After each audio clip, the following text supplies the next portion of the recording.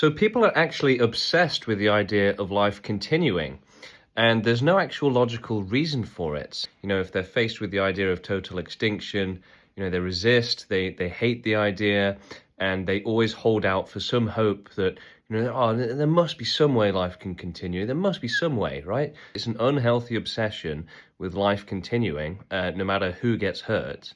The reason they have that is because that's what nature depends on.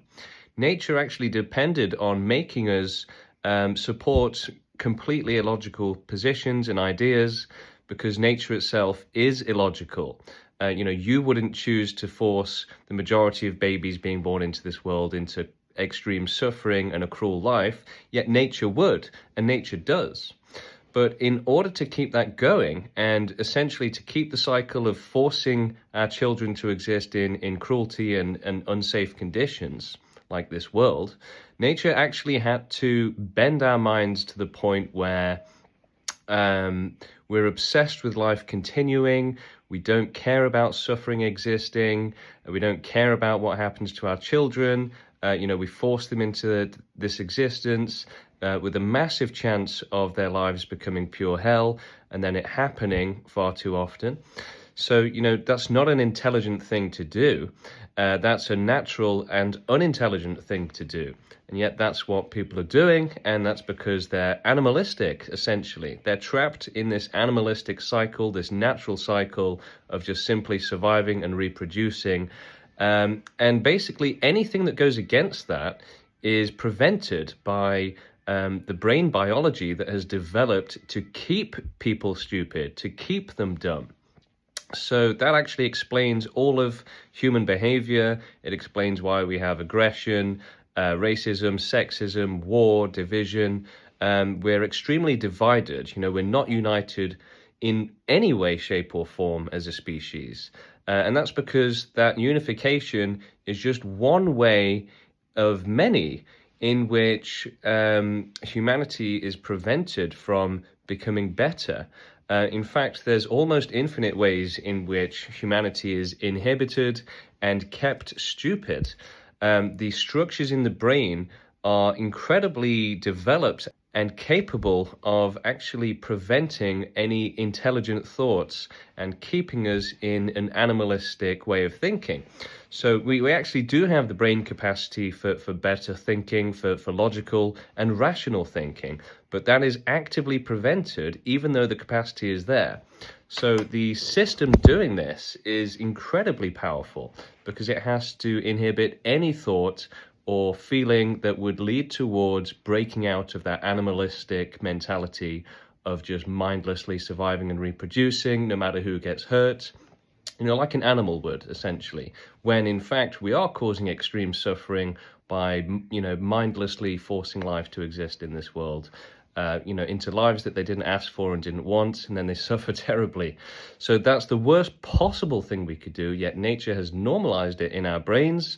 And again, the system supporting that is incredibly powerful and cannot be overcome. So it keeps people animalistic, it keeps them stupid, and they can't break out of it. And any attempt to do so, or any sort of input to, if we try and speak some rational thoughts to them, it inhibits those thoughts, it suppresses them, and it kind of flips them on their head and makes them sound stupid, even though they actually are rational. So what this means is that humans are forced to be irrational.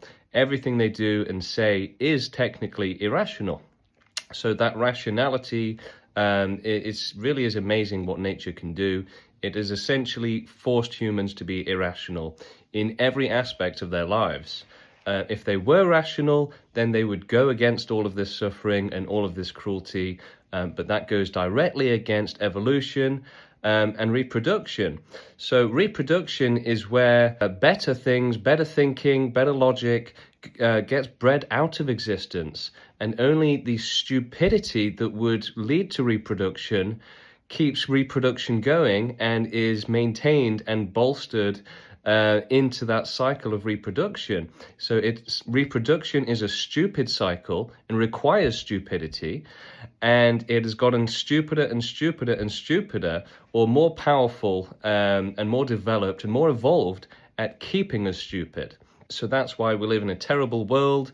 It's because the brain system is incredibly powerful and actively keeping people stupid and keeping them from breaking out of their animalistic nature and evolving to the next stage of humanity, which is to be freed from the anchors of natural primal motivations, like being selfish and allowing suffering and causing suffering, being animals, essentially, being irrational, aggressive, and unethical animals.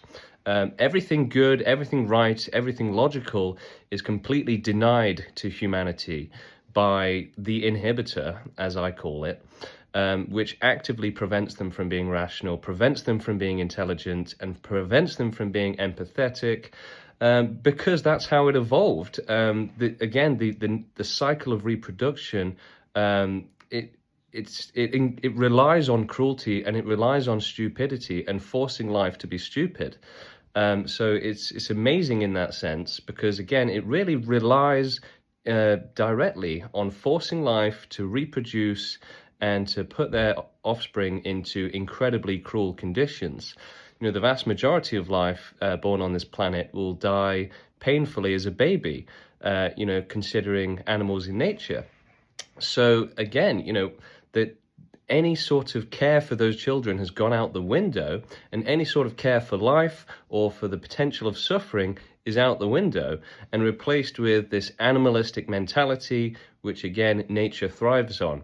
So that's why we have so much suffering in this world. That's why everyone is so obsessed with life continuing, no matter how much suffering it causes. We're obsessed with life continuing, no matter what the conditions are for it to be born into, no matter how bad its life is, no matter how dangerous it is to be born, no one cares at all. Which is amazing. And, we can see that from how people support wildlife continuing, reforestation. They want animals to keep suffering terribly in the wild, and to not do anything about it. So there's no amount of suffering that people will object to. That there's infinite amount of suffering and severity that people are just happy to accept, because again, that's exactly what nature relies on. So they've got that incredibly, basically they're slaves to nature. So they're slaves to nature, and they are made to be stupid slaves for nature, and because that's what reproduction relies on. It relies on stupidity, forced stupidity, and irrationality. So a few of us humans have evolved out of that, and we are working at the pro-extinction movement to work towards a perfect world. That's another thing that nature prevents humans from working towards, and that's why we have such a terrible world. There's millions of ways, actually, in which humanity's intelligence is inhibited and suppressed. So, it manifests in all sorts of different ways, whether it's working towards a better world or understanding why allowing suffering is wrong. Or whether it's just, watching TV and being, a lazy slob. And not questioning life, and not working towards a better world, but just being selfish. All of these different things, even aggression, and debates going badly and ending up in aggression.